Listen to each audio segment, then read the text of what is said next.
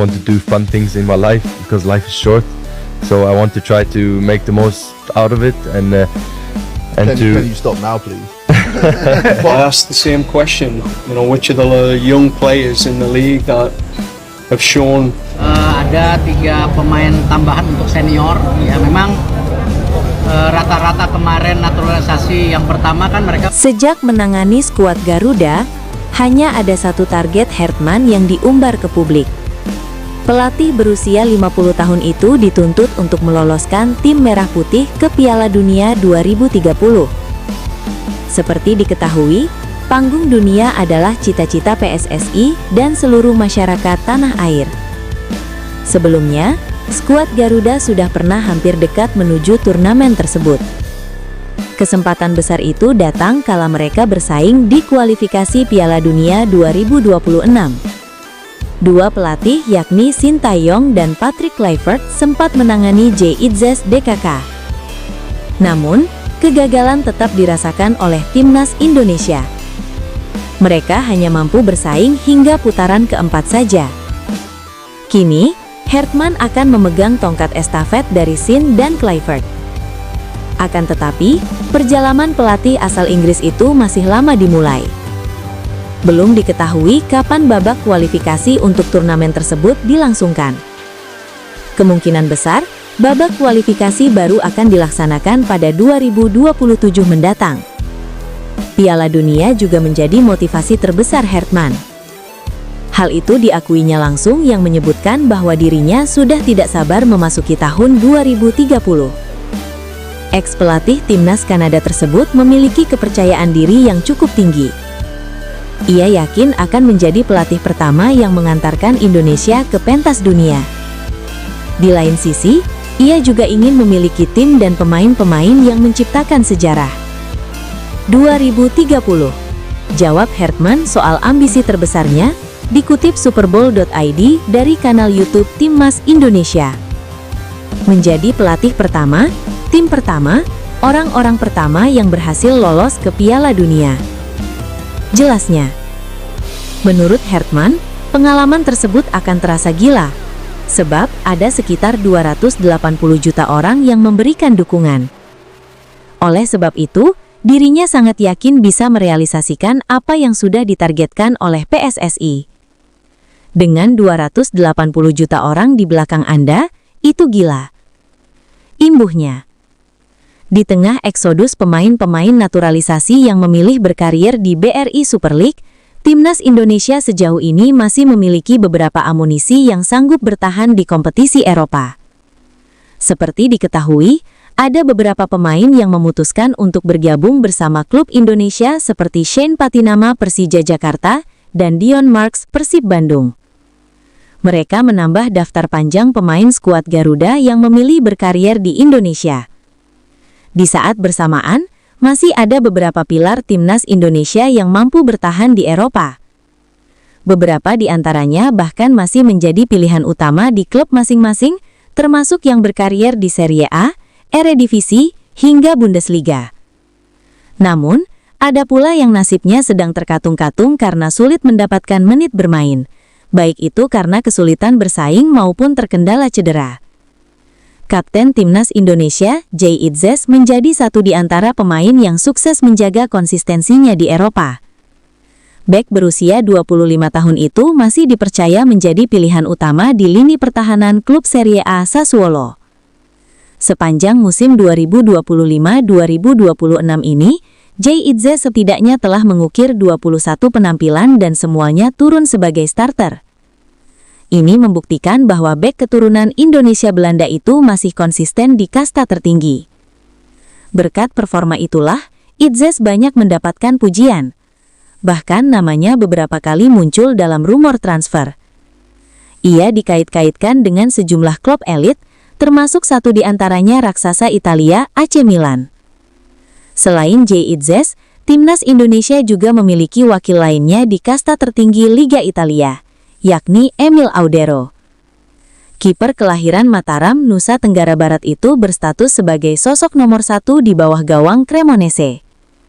Sejak bergabung pada awal musim 2025-2026 ini, Audero sudah berhasil mengamankan tempat utamanya. Sejauh ini, pemain berusia 29 tahun itu berhasil mengamankan 19 kali penampilan di Serie A 2026. Dari semua laga itu, Audero telah menghasilkan 6 clean sheet untuk Cremonese. Gawangnya tercatat kebobolan 22 kali. Pengalaman Audero di kasta tertinggi diharapkan bisa membawa timnya bertahan dari zona degradasi. Bek kiri andalan timnas Indonesia, Calvin Verdong, sedang menghadapi tantangan baru di kasta tertinggi Liga Prancis. Keputusannya bergabung bersama Los Kelile membuatnya harus berjuang untuk mendapatkan tempat utama. Sejauh ini, Verdong hanya bisa mengukir 14 pertandingan di berbagai ajang. Namun, di kompetisi Liga Prancis misalnya, bek berusia 28 tahun itu hanya bermain sebagai starter sebanyak 7 laga dari semuanya. Verdong lebih banyak absen, termasuk karena larangan bermain akibat sanksi kartu merah.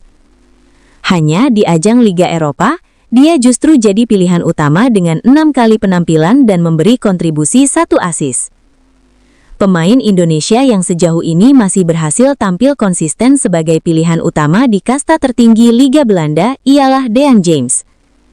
Bek berusia 25 tahun itu belum tergantikan di sektor kiri pertahanan Go Ahead Eagles. Terbukti, Dean James sudah berhasil mencatatkan 27 penampilan di semua ajang, baik itu Eredivisie, Liga Eropa, hingga KNFB Beker. Kontribusinya juga termasuk oke karena menghasilkan 1 gol plus 4 assist. Dengan catatan semacam ini, pemain yang telah mengoleksi 5 caps bersama timnas Indonesia itu diprediksi akan terus mengukir menit bermain yang reguler bersama Go Ahead Eagles hingga akhir musim 2025-2026. Setelah bertahun-tahun mengalami nasib yang tidak menentu di Liga Inggris bersama Wolverhampton, Justin Hupner akhirnya bisa mendapatkan setitik harapan cerah ketika kembali ke Liga Belanda bersama Fortuna Sittard. Hupner memang belum berhasil menyegel tempat utama di lini pertahanan klub Eredivisie itu. Sebab sejauh ini, dia baru bermain sebanyak 13 kali. Dari semua itu, hanya 4 laga ukir Hupner sebagai starter. Setelah bertahun-tahun mengalami nasib yang tidak menentu di Liga Inggris bersama Wolverhampton, Justin Hupner akhirnya bisa mendapatkan setitik harapan cerah ketika kembali ke Liga Belanda bersama Fortuna Sittard. Yang cukup menarik adalah catatan 2 penampilan terakhir bek 22 tahun itu. Dia bisa menyumbang 1 gol saat menghadapi Go Ahead Eagles dan mengukir 1 assist ketika berjumpa FC Groningen. Sempat mengalami kesulitan bersaing bersama FC Utrecht, Miliano Jonathans akhirnya memutuskan henggang. Pada pertengahan musim ini, winger timnas Indonesia itu berlabuh bersama Excelsior Rotterdam demi mendapatkan menit bermain. Jonathans memang lebih banyak tertahan di bangku cadangan pada putaran pertama. Kini, setelah mendapatkan klub baru, pemain berusia 21 tahun itu mulai mengukir 3 penampilan di Eredivisie 2026. Winger asal Arnhem Belanda itu mampu menghasilkan 1 gol untuk klub barunya itu. Jika mampu konsisten, Jonathan tentu akan menjadi pilihan utama hingga akhir musim ini. Prabowo resmi menyetujui naturalisasi Erling Haaland. Haaland akui sudah dihubungi PSSI untuk perkuat timnas Indonesia. Menginfokan bahwa Bapak Presiden, Bapak Prabowo Subianto sudah menandatangani. Langsung saja kita ke pembahasan hari ini seputar berita timnas Indonesia yang lagi trending. Pelatih timnas Indonesia John Herdman dilaporkan segera terbang ke Eropa untuk mencari pemain keturunan baru. Juru taktik asal Inggris itu pergi berburu bermodalkan dari Direktur Teknik Dirtek PSSI, Alexander Zwiers. Hal itu dikatakan anggota Komite Eksekutif PSSI, Arya Sinulinga. Ia menyebut, Herdman saat ini sudah memegang data deretan pemain keturunan potensial. Data tersebut diperoleh melalui riset mendalam dari jajaran kepengurusan PSSI. Utamanya Alex Zwiers selaku Direktur Teknik yang memegang peranan vital dalam pengumpulan data pemain keturunan. Sudah, dia dapat data juga dari Dirtek. Kehadiran Dirtek punya pengaruh besar dan ada rekomendasi dari Alex. Kata Arya, Dipetik Selasa, 27/12/2026. Menurut Arya, langkah kerjasama Hartman dengan Alex ini merupakan warna baru dalam sepak bola Indonesia. Ini jadi bukti bahwa sistem yang berjalan sekarang jauh lebih terstruktur dibandingkan periode-periode sebelumnya. Kehadiran Alex kini memberikan pengaruh besar untuk pemilihan calon pemain naturalisasi berkualitas tinggi. Tim pelatih tak lagi sembarangan dalam memburu pemain keturunan. Ini beda sama dulu tidak punya dirtek. Dia akan mengarahkan ke John untuk pantau beberapa pemain, jelasnya. Ketika ditanya soal nama-namanya, Arya mengaku belum tahu. Tapi sosoknya sudah ada dalam daftar, dan itu ada pada Alex serta Hartman. Saya belum dapat namanya, ada namanya kok, jelas Arya. Rencana Hartman ke Eropa sebenarnya sudah sempat diungkap sang pelatih saat diperkenalkan. Ia mengatakan dirinya bakal ke benua biru pada Februari sebagai bagian dari upaya pemantauan. Rencana Hartman ke Eropa sebenarnya sudah sempat diungkap sang pelatih saat diperkenalkan. Ia mengatakan dirinya bakal ke benua biru pada Februari sebagai bagian dari upaya pemantauan. Kepergian Hartman ke Eropa juga bukan hanya mencari pemain baru, tapi juga untuk menemui pilar timnas Indonesia yang ada di Eropa. Ini langkah lanjutan selain dirinya aktif menyaksikan pertandingan Super League. Setelah itu, saya akan mengunjungi mereka. Pada akhir Januari atau awal Februari 2026, saya akan ke Eropa untuk melihat lingkungan latihan mereka, berbicara langsung, dan juga mencari pemain lain yang mungkin siap bergabung, ujar Hartman. Ini akan menjadi masa yang sibuk, tapi mendengarkan para pemain dan memahami perspektif mereka adalah hal terpenting di tahap ini, jelasnya. Di tengah persiapan menghadapi FIFA Series 2026 dan Piala AFF 2026, Timnas Indonesia di era kepelatihan John Hartman masih dihadapkan pada tantangan besar, terutama di sektor lini serang yang dinilai belum cukup tajam. Dalam beberapa tahun terakhir, persoalan produktivitas gol Timnas Indonesia seolah belum menemukan solusi. Masalah ini sudah muncul sejak era Shin Tae-yong dan berlanjut hingga masa kepelatihan Patrick Kluivert, walau sudah kedatangan oleh Romeni, tapi belum cukup dalam skuad. Sejumlah pemain naturalisasi telah didatangkan, mayoritas diantaranya berposisi sebagai pemain bertahan atau gelandang.